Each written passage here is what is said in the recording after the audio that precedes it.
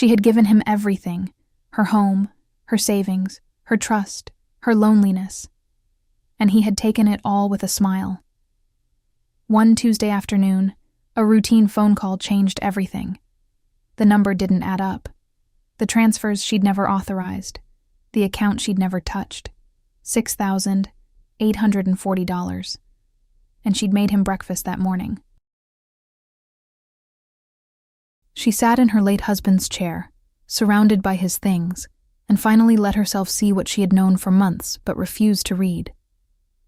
The man sleeping down the hall wasn't who she thought he was, and what she did next, quietly, deliberately, without collapsing, is the reason this story is worth telling.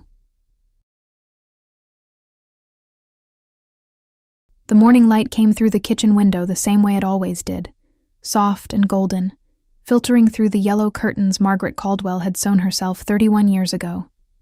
She used to call that light hopeful. These days, she wasn't sure what to call it. Maggie, as everyone in the North Hills neighborhood knew her, had developed a precise and careful morning routine in the 3 years since Harold had passed. She woke at 6:15 without an alarm.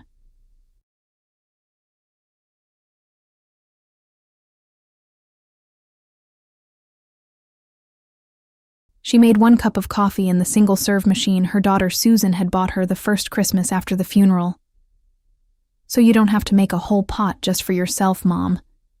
And she stood at the kitchen window and watched the birds at the feeder Harold had built from scrap cedar the summer of 2018. She talked to the birds sometimes. Just a few words.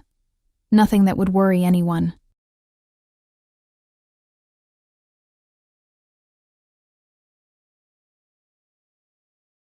At 64, Margaret Caldwell was a woman who looked younger than her age, but felt older than it. She had the kind of face that still showed the girl she'd been. Wide hazel eyes, a dusting of freckles across her nose, dark hair gone mostly silver now, worn in a low bun that Harold had always said made her look like a school teacher, which she had been for 32 years, teaching 4th grade at Vine Middle School until her retirement in 2019.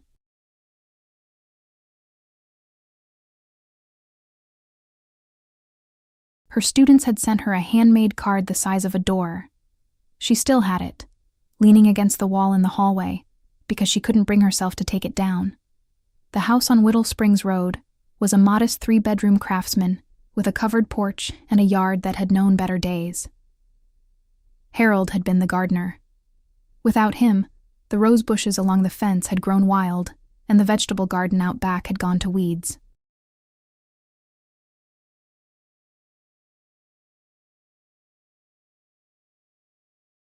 Maggie kept the inside spotless. She had always been particular about that. But the outside was starting to tell a story she didn't want told. She was not unhappy, she told herself. She was adjusting. She had her routine. She had her church. First Presbyterian on Kingston Pike, where she sang in the choir every Sunday and helped organize the monthly community dinners. She had Dorothy Webb, her best friend since 1987, who lived 4 houses down and called every evening at 7:30 on the dot. She had Susan, who drove up from Chattanooga twice a month and always brought too much food, as though feeding her mother was the most useful form of love she knew how to give. But there was the other thing, too. The thing Maggie didn't say out loud. Not even to Dorothy. The silence.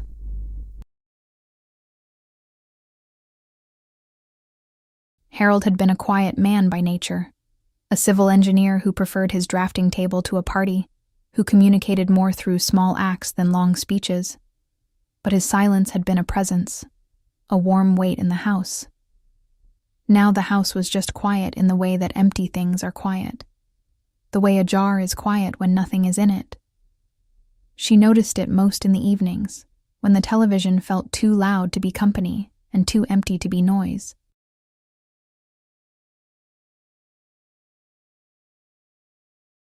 She noticed it when she cooked dinner. She'd catch herself making enough for 2, then stand over the extra serving and feel something she couldn't quite name. Not grief, exactly. Grief had its own texture, and she knew it well. This was something more like hunger, a hollow, persistent ache. It was a Tuesday in late September when she first saw Roy Delaney. The First Presbyterian monthly community dinner had been running for 11 years, and Maggie had been organizing it for 9 of them.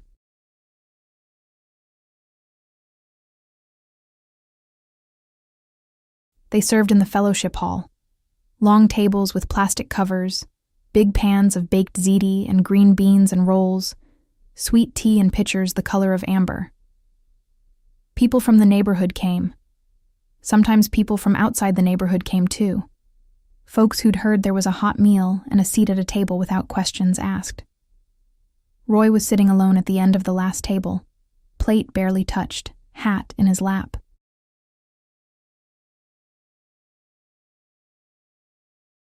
Maggie noticed him the way she had always noticed students who sat too still and too quiet. There was a loneliness about him that was visible, almost geometric, like he occupied less space than a person should. He was a big man, broad through the shoulders, with the rough hands of someone who had worked outdoors for decades. Silver-haired, maybe early 60s, with a face that had been handsome once and still carried the architecture of it, even through the weathering and the fatigue.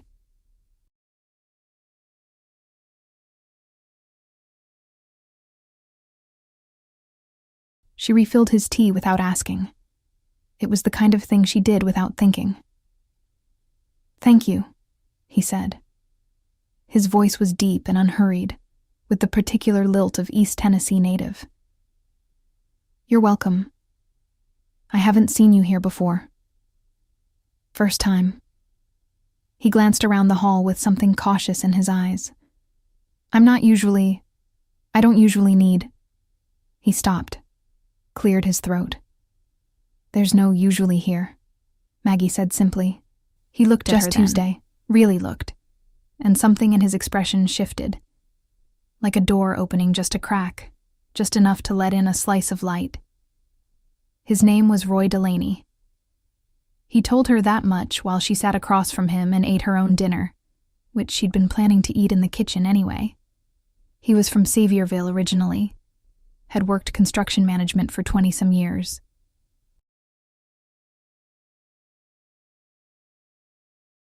His business partner had dissolved their LLC 2 years ago, took the clients, took the equipment, left me with the debts, if you can believe it.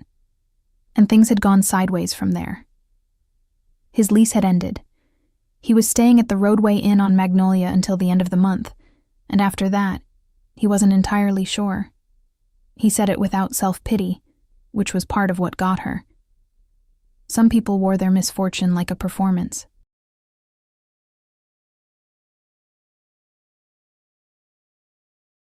Roy Delaney wore his like a shirt he was ashamed of, visible because he couldn't help it, but not displayed.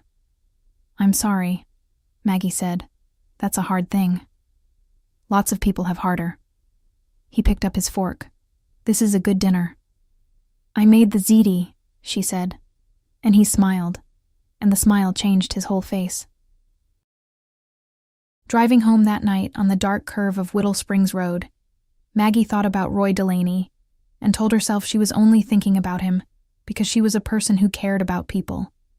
She had always cared about people. Harold had loved that about her, and occasionally found it exhausting. "Your heart is the size of this county," he used to say. She went inside, turned on the lamp in the living room, and the house was quiet in its jar-quiet way.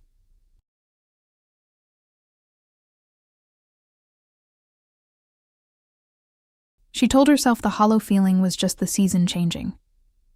Dorothy Webb had a gift for suspicion that she'd spent 66 years trying to pass off as discernment. "Tell me about this man," she said, 3 weeks later, sitting at Maggie's kitchen table with her hands wrapped around a mug of chamomile. She had a way of saying this man that could strip the innocence out of any sentence. "He's just someone I met at the dinner," Maggie said. "I ran into him again at the Kroger on Broadway."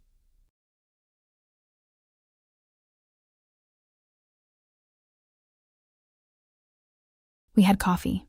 That's all." "How many times?" Maggie sat down across from her. 4. Dorothy's eyebrows rose with the patience of someone who had all the time in the world. He's interesting, Dorothy. He's been through a lot.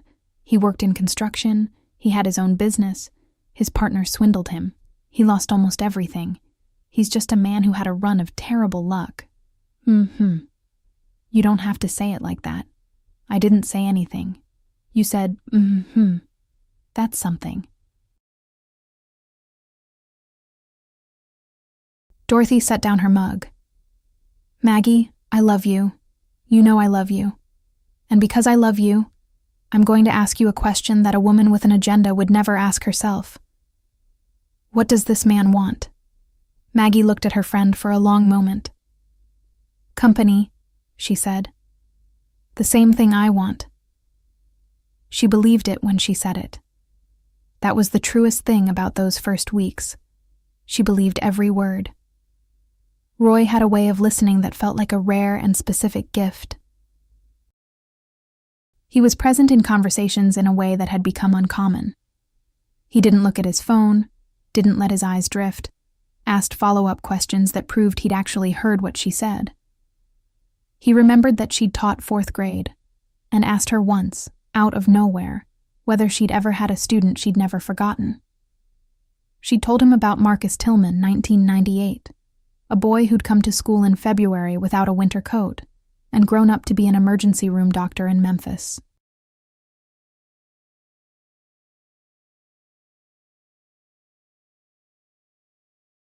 Roy had listened to the whole story, and then said, You probably don't know how many lives you changed. And Maggie had excused herself to the restroom so he wouldn't see her eyes fill. He had that effect. He reached into the places she kept carefully closed and touched them as though he had every right to be there. The invitation came naturally, the way things do when they've been drifting toward each other for a while. The Roadway Inn had become the Magnolia Motel.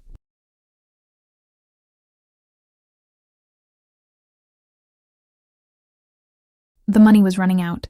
He said it plainly, without drama, the same way he said everything. He'd applied for 3 jobs in the past 2 weeks. A property management company in Farragut, a hardware distributor out on Strawberry Plains Pike, and a landscaping outfit that had seemed promising, but gone quiet. I'll figure it out, he said. I always do. It was the way he said it, not asking, just stating, that made Maggie say what she said next. I have the guest room. He looked at her. It's just sitting there.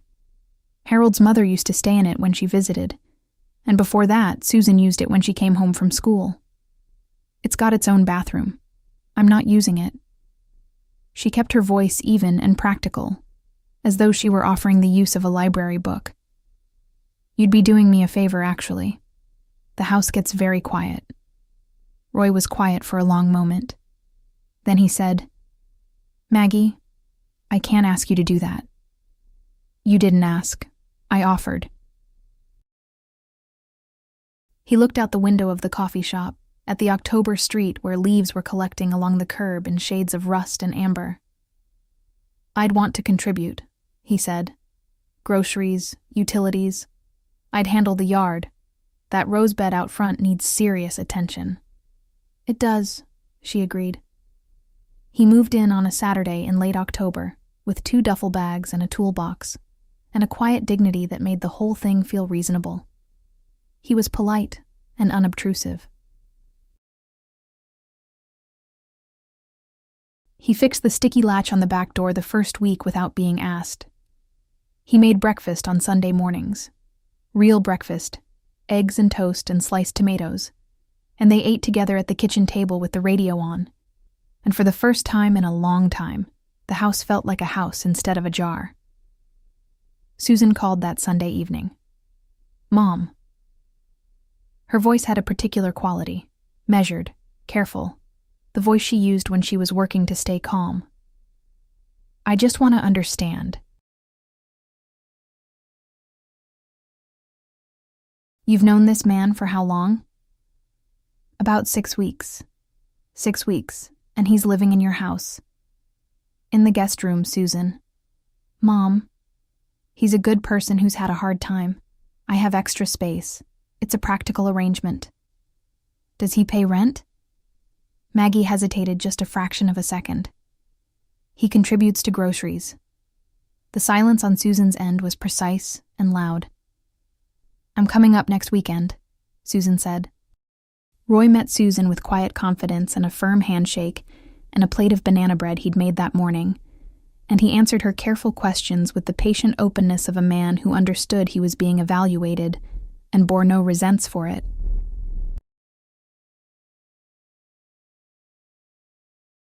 He told Susan about his business, his setback, his plans. The property management job had called him back for a second interview. He was hopeful. And he told her that her mother was one of the finest people he'd encountered in a long life of meeting people, and he was grateful for her generosity. Susan drove back to Chattanooga that evening. She called Maggie from the road.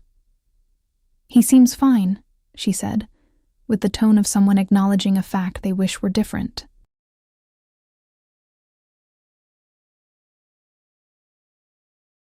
Just be careful, Mom. Okay? I know you. You give everything. That's not the worst thing to be, Maggie said. No, Susan agreed. But it can cost you. The first loan came in November. Roy explained it carefully. The property management job had come through. He'd start the 1st of December, but the gap between now and then was tight, and his car needed a timing belt, or he couldn't get to the interview site out in Farragut. $350. He pulled out a legal pad and wrote down the amount and signed his name and told her he'd pay her back by Christmas. She gave him the money. She told herself it was a loan. It was the most honest thing she'd told herself in weeks. There is a particular kind of blindness that comes not from ignorance, but from hope. Maggie Caldwell had spent 32 years teaching children to read, and she knew very well how to read people. She'd had to.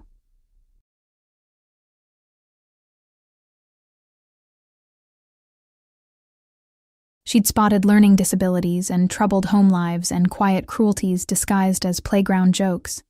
She was not a naive woman. But hope is a form of vision, too, and sometimes it sees more clearly than fear, and sometimes it sees only what it needs to. By December, Roy had not started the property management job. The company had restructured, he explained. The position was on hold, would almost certainly resume in January. He was picking up odd jobs in the meantime.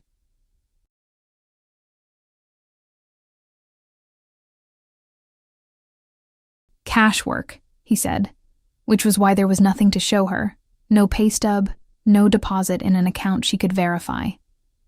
He came and went at irregular hours. He was sometimes gone for stretches of 2 or 3 days, returning with vague explanations about job sites out of town. The rosebed, which he'd promised to tend, was untouched. The second loan was $500.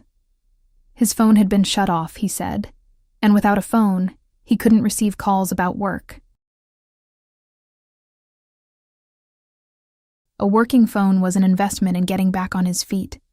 He wrote it on the legal pad, signed his name below the $350. Total, $850. Maggie told herself she'd have these conversations with Harold about money sometimes, practical discussions about gaps and expenses and the arithmetic of making things work.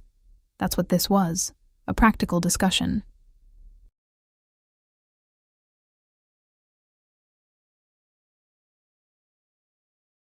What she didn't tell herself was that with Harold, the conversations had been about their money, and the gaps had been shared, and the arithmetic had always balanced in the end. She didn't examine that too closely.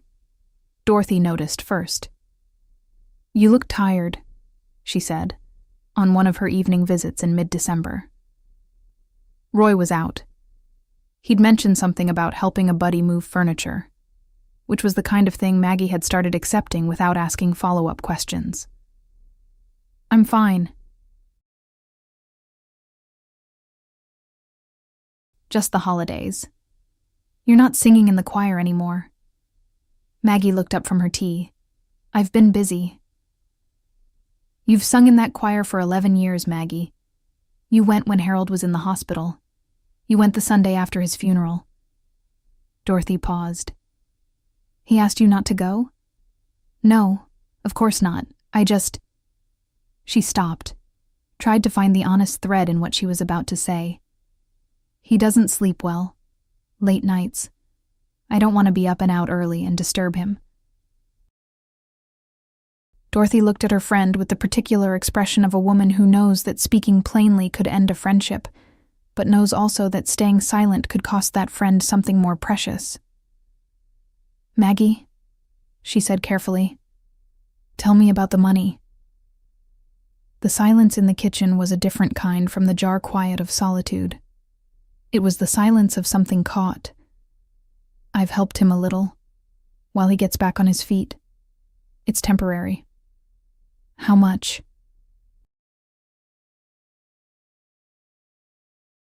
Maggie set down her mug. That's between me and how much? Maggie was quiet for a moment. About 1,200, she said, which was true, as far as it went. What she didn't say, what she had not yet said to herself in full sentences, was that the 1,200 was the ledger balance. The actual money that had moved from her accounts to Roy's purposes was closer to 3,000. When she counted the groceries he'd asked her to put on her card, because his was temporarily not working, and the electric bill for which he'd claimed the automatic payment had failed, and he'd pay her back the moment his account was settled, and the 2 tanks of gas for his truck, and the cash she'd given him for the cash jobs he said he needed to quote at lumber prices she didn't understand.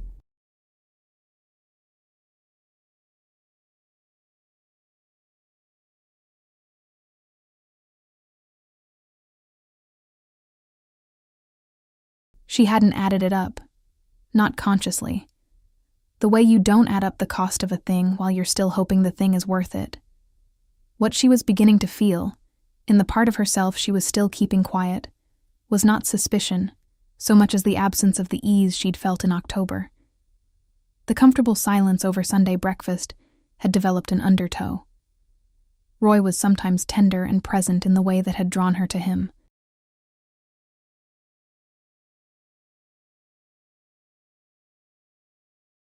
And sometimes he was far away in a manner that felt deliberate, like a door held shut from the other side.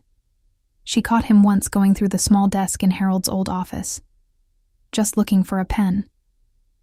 And the explanation had been perfectly reasonable, and she had believed it, and then spent 2 days thinking about it. She found the first inconsistency by accident.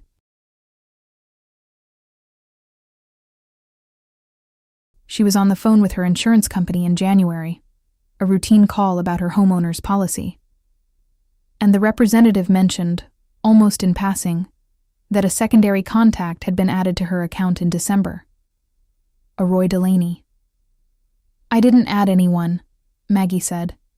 It shows it was done online, Mrs. Caldwell, through your account portal. She sat in Harold's office chair for a long time after she hung up. Her laptop was on the desk. She looked at it.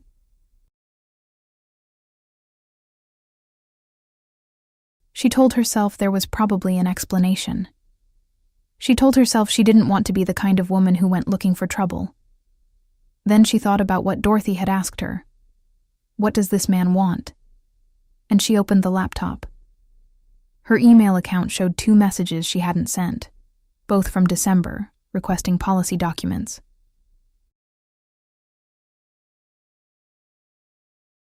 Her online banking showed small, regular transfers she hadn't authorized, amounts under $100 each, frequent enough to add up without appearing alarming.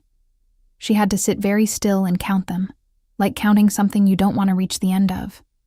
$4,260.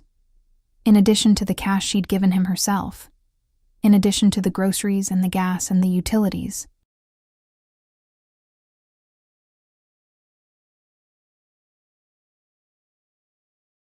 She closed the laptop and sat in the room where Harold used to work, with his drafting pencils still in the cup on the corner of the desk, and his Tennessee wildlife calendar still on the wall, open to the month he'd died.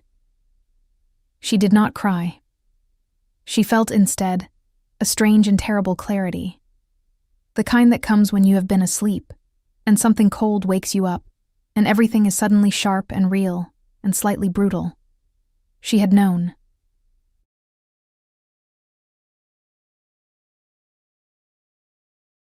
Not everything, and not the way knowing arrives in full sentences, but she had known in the way the body knows things before the mind allows them. The small tightening in her chest when he came home with new excuses. The way she'd stopped telling Dorothy the details, because Dorothy would have asked questions she wasn't ready to answer. The choir she'd stopped attending.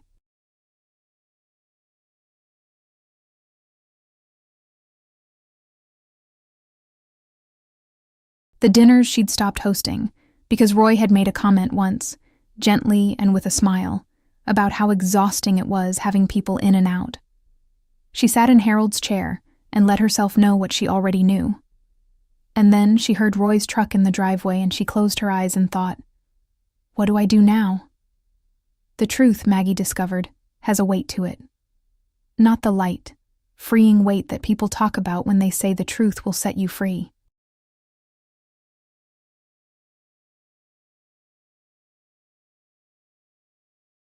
The real weight, the one that arrives before the freedom does, is dense and cold, like wet clay in your chest.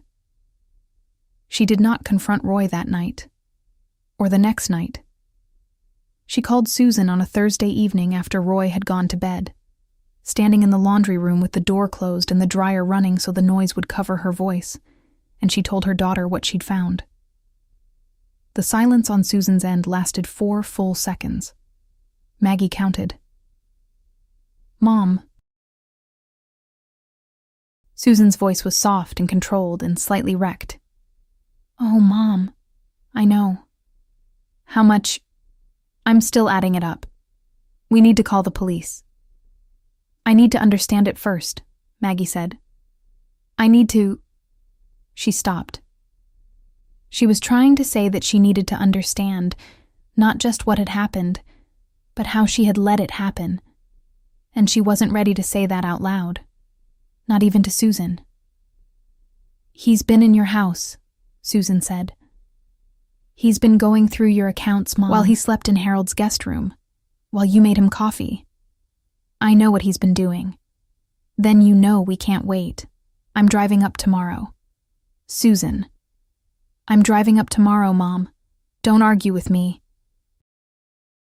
After she hung up, Maggie went to the kitchen and made herself a cup of chamomile and stood at the window where the bird feeder was barely visible in the dark, and she thought about the woman she'd been in September. The woman standing at that same window talking to birds, telling herself the hollow feeling was just the season changing. She had wanted something so much that she had made herself available to deception.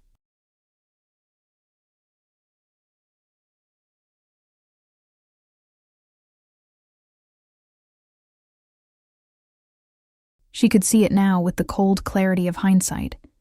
Roy had seen her. Really seen her. The loneliness, the openness, the enormous and slightly reckless capacity for care. And he had used it the way you use a key. She thought about the moment at the community dinner when she'd refilled his tea without asking.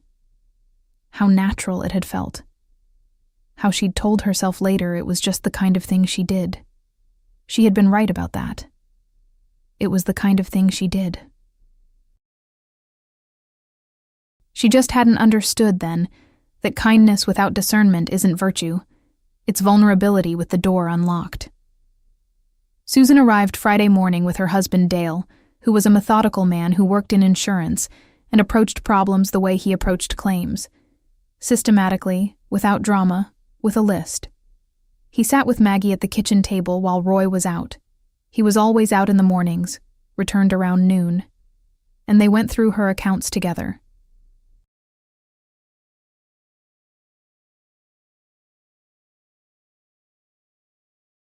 Dale printed statements on her printer.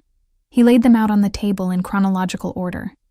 The total was more than she had let herself calculate. $6,840, Dale said. He said it quietly, the way you announce something that can't be unsaid. Between the direct transfers, the card charges, and the cash you gave him directly. Maggie sat with her hands in her lap. She looked at the numbers. They were just numbers. They didn't look like trust or loneliness or Sunday breakfasts or the way a smile can change a face. "We're going to the police today," Susan said. "We need to do this right," Dale said. "We document everything first. I've got a friend at the Knox County Sheriff's Office. We call him." "And Roy?" Maggie asked. "Roy comes home today and finds the locks changed," Dale said. His voice was not unkind, but it was absolute. "His things will be in bags on the porch." Maggie looked at her son-in-law. He had never been a man of many words, Dale. He communicated mostly through presence and competence, which was, she realized, not so different from Harold. She felt a rush of gratitude for him so acute that she had to look away. They called Dale's contact at the sheriff's department, a detective named Harlan Webb, no relation to Dorothy, who came to the house that afternoon and listened to Maggie explain everything with his notebook open and his expression professionally neutral and something careful in his eyes. He asked her questions for 45 minutes.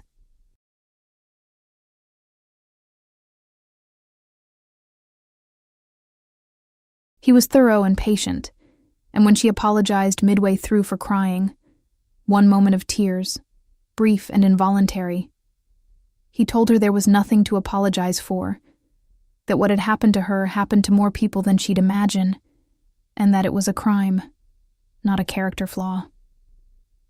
"He targeted you," Detective Webb said. "I want you to understand that clearly. This isn't about what you did. This is about what he did." She nodded. She heard him. She wasn't sure she believed it yet. Roy came home at 12:45. He pulled his truck into the driveway and sat there for a moment. She watched from the living room window. And even from that distance, she could see the moment he registered that something was different. Susan's car in the driveway, Dale standing on the porch, the bags by the front door. He didn't get out of the truck for almost 3 minutes.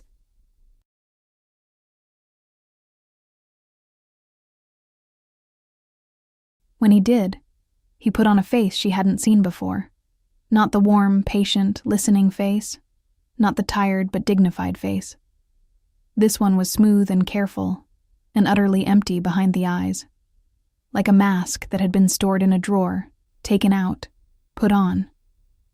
He walked to the porch. He looked at Dale, then at Susan, then, through the screen door, at Maggie. "Maggie," he said, and his voice still had that deep East Tennessee lilt, still unhurried, still shaped like the voice of a man she'd thought she knew. "You need to take your things," she said. Her voice came out steady. She was surprised. "I think there's been some misunderstanding." "There hasn't," Dale said. Roy looked at him. His expression ran a quick calculation.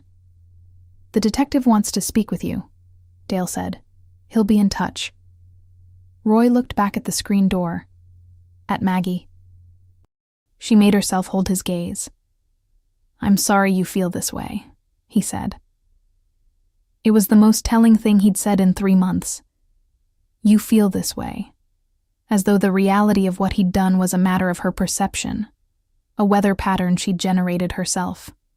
She filed it away in the new, cold part of her mind that was watching all of this from a distance, cataloging. He picked up the bags without another word. He put them in his truck. He backed out of the driveway with the same unhurried pace, and the truck disappeared around the corner of Whittle Springs Road, and he was gone. The house was quiet, but it was a different quiet than before. The days that followed Roy's departure had a texture Maggie hadn't anticipated. She had expected relief, and relief did come. A loosening of something she hadn't realized was clenched, a particular kind of exhale that went on for days.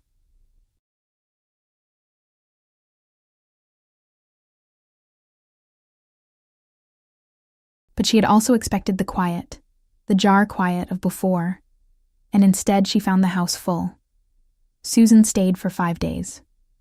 Dale came and went, working remotely from Harold's old office, running statements and calls on Roy Delaney that revealed what Detective Webb had already begun to piece together.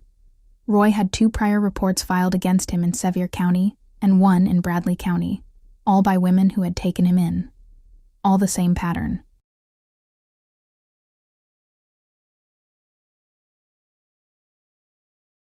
The helplessness, the charm, the slow erosion of accounts and trust.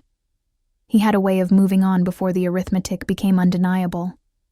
"He's done this before," Susan said. "I know." "To women like—" Susan stopped herself. "To women like me," Maggie finished without flinching. "Women alone. Women who need company. Women who give before they've thought about who they're giving to." She looked at her daughter. "Say it. It's all right. Mom, I can look at this Susan. clearly, or I can spend the rest of my life pretending it was something other than what it was."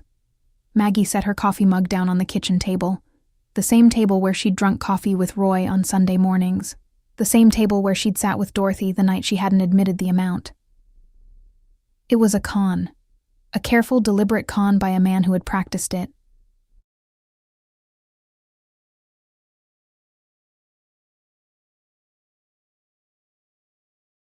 And I was available to it because I was lonely, and I wanted something real, and I was not as careful as I should have been. She paused. All of that can be true at the same time. Susan was quiet. "I'm not going to call myself stupid," Maggie said, "and I'm not going to call myself a victim for the rest of my life. I'm going to call myself someone who learned something hard." Dorothy came the day after Susan left, unannounced, with a casserole, and a silence she wore comfortably while she helped Maggie reorganize the guest room, stripping the bed, washing the linens, moving the furniture back to the arrangement it had been in before.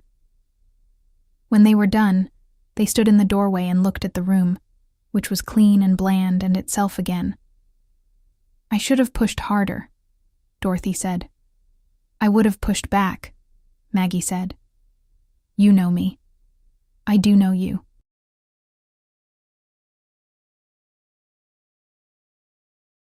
Dorothy looked at her friend. Looked at her carefully, the way old friendship allows you to. "How are you, actually?" Maggie leaned against the doorframe. She thought about the question the way she'd taught her students to think about math problems, not reaching for the first answer, but sitting with it, turning it over. "I'm angry," she said, "which I wasn't expecting. I thought I'd feel sad, and I am sad, but mostly I'm angry." She paused. "And I'm grateful. Grateful. Not to him, not even close." She crossed her arms. "To myself. For finding it. For not waiting until there was nothing left to find." She thought about the insurance company call, the random Tuesday afternoon that had caught the edge of everything. "I almost didn't look. I almost talked myself out of looking." "What made you look?" Maggie was quiet for a moment. "Harold," she said finally. "I was sitting at his desk, surrounded by his things, and I thought, what would Harold think of me not looking? He was an engineer, Dorothy. He checked his numbers. He verified everything. Not because he didn't trust people, but because he understood that caring about something means paying attention to it." She took a breath. "I wasn't paying attention. I was just wanting." Dorothy nodded. She didn't offer a better explanation because there wasn't one. The criminal case moved slowly, the way such things do.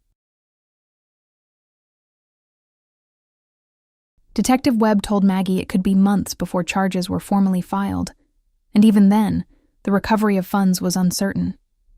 She'd hired a civil attorney, a woman named Patricia Oakes, who had an office on Gay Street downtown and handled elder fraud cases with a particular ferocity. And the civil process ran parallel to the criminal one, like 2 slow rivers heading the same direction. "You may not get it all back," Patricia Oakes told her plainly.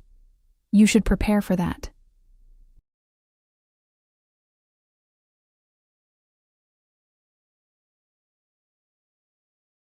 I know, Maggie said. Some people spend years being angry about money that's gone. It tends to cost them more in the end. I understand. She was not, in truth, spending her energy on the money. She had a pension from 32 years of teaching. She had Harold's Social Security survivor benefit and the modest savings that Roy hadn't reached. She'd put the bulk of her savings in a separate account after Harold died, a habit of caution she was now profoundly grateful for.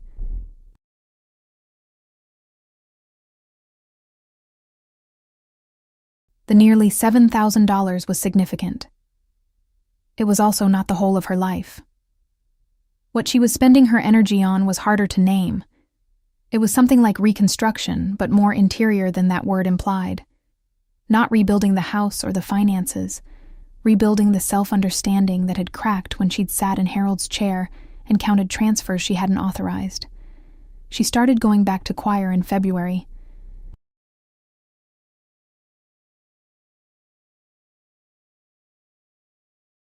The first Sunday back, she was late.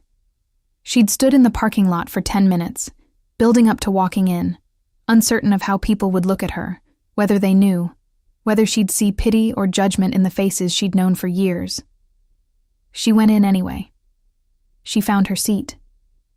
The director, a young man named Marcus, which made her think of Marcus Tillman, 1998, the boy without a coat, nodded at her without ceremony, as though she'd simply been absent with a head cold. She sang. Her voice was rusty for 2 weeks, and then it found itself again. Spring came the way it always did to Knoxville. Suddenly, emphatically, the dogwoods going from bare to extravagant in what felt like days. The yard on Whittle Springs Road woke up and went riotous in the way that neglected yards do in April. Weeds and wildflowers both, and the rosebed along the fence sending up new canes in all directions. Maggie called a landscape service. Then she thought about the rosebed for a while, and she called them back and canceled. She went to the hardware store on a Saturday and bought gloves and a kneeling pad and a set of pruning shears. She spent 3 hours on her knees in the April soil, cutting back the old canes, clearing the weeds, pressing bone meal into the dirt the way the internet told her to. Her knees ached. Her back complained.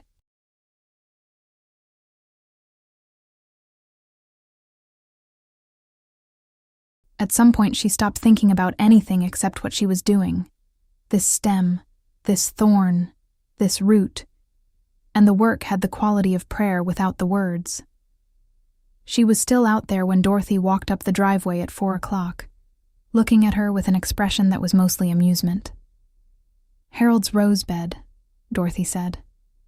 I let it go too long, Maggie said, sitting back on her heels. You let a lot of things go for a while. Yes. Maggie looked at the bed, rough and worked over, dark with fresh soil. Not beautiful yet, but tended. I'm bringing it back. Susan called every Sunday now, which was new. They talked for longer than they used to, and the conversations were different. Less the checking in of a worried daughter, more the talking through of 2 women who had arrived at a new kind of honesty with each other. Maggie told Susan things she'd never told her before, about the loneliness, the real weight of it after Harold, about how she'd ignored the signs not because she was foolish, but because she was hopeful, about what she understood now about the difference between caring for people and losing herself in the care. I always thought those were the same thing, Maggie told her. Loving someone and giving yourself to them. They're not? Susan asked. The loving is real.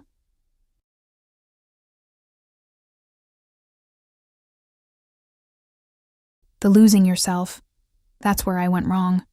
You can love people. You can love them generously. But you have to stay you while you're doing it. In June, She returned to the monthly community dinner at First Presbyterian. She wore a blue dress Harold had always liked, and she arrived early and arranged the table covers and made sure the sweet tea was iced, and when people came through the door, she greeted them with the ease of a woman who had been doing this for years and intended to go on doing it for years more. She did not look for anyone lonely at the end of the last table. She noticed, though, because she was still herself, still the woman with the county-sized heart. She could not help noticing.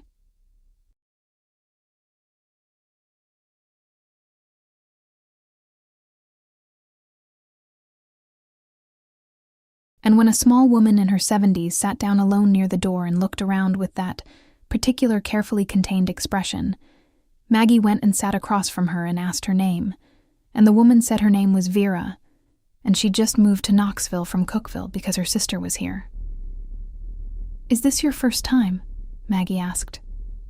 "First time," the woman said. Maggie smiled at her. "Well, there's no usually here, just tonight." They talked for an hour.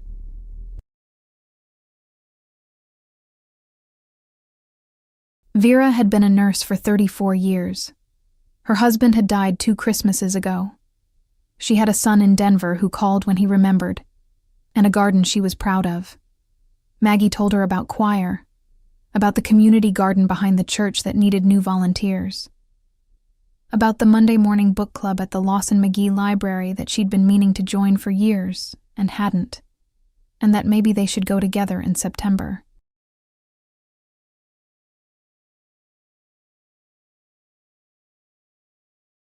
When the dinner ended and they were clearing plates, Vera said, "I'm glad I came."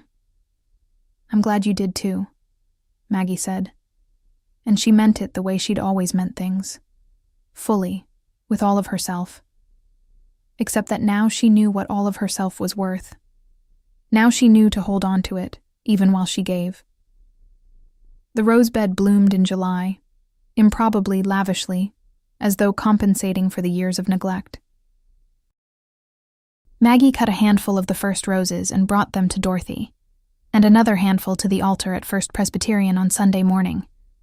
And she kept the last 3 for herself, in the blue vase Harold had bought at a craft fair in Gatlinburg the summer of 2015. She set it on the kitchen windowsill, where the light came through the yellow curtains, soft and golden. She called it hopeful again. It had cost her something to get back to that word.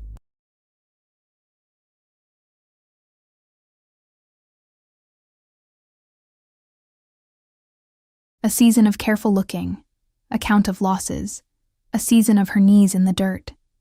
But she had gotten back to it, and it was more fully hers now than it had ever been, because now she understood what it had taken to earn it.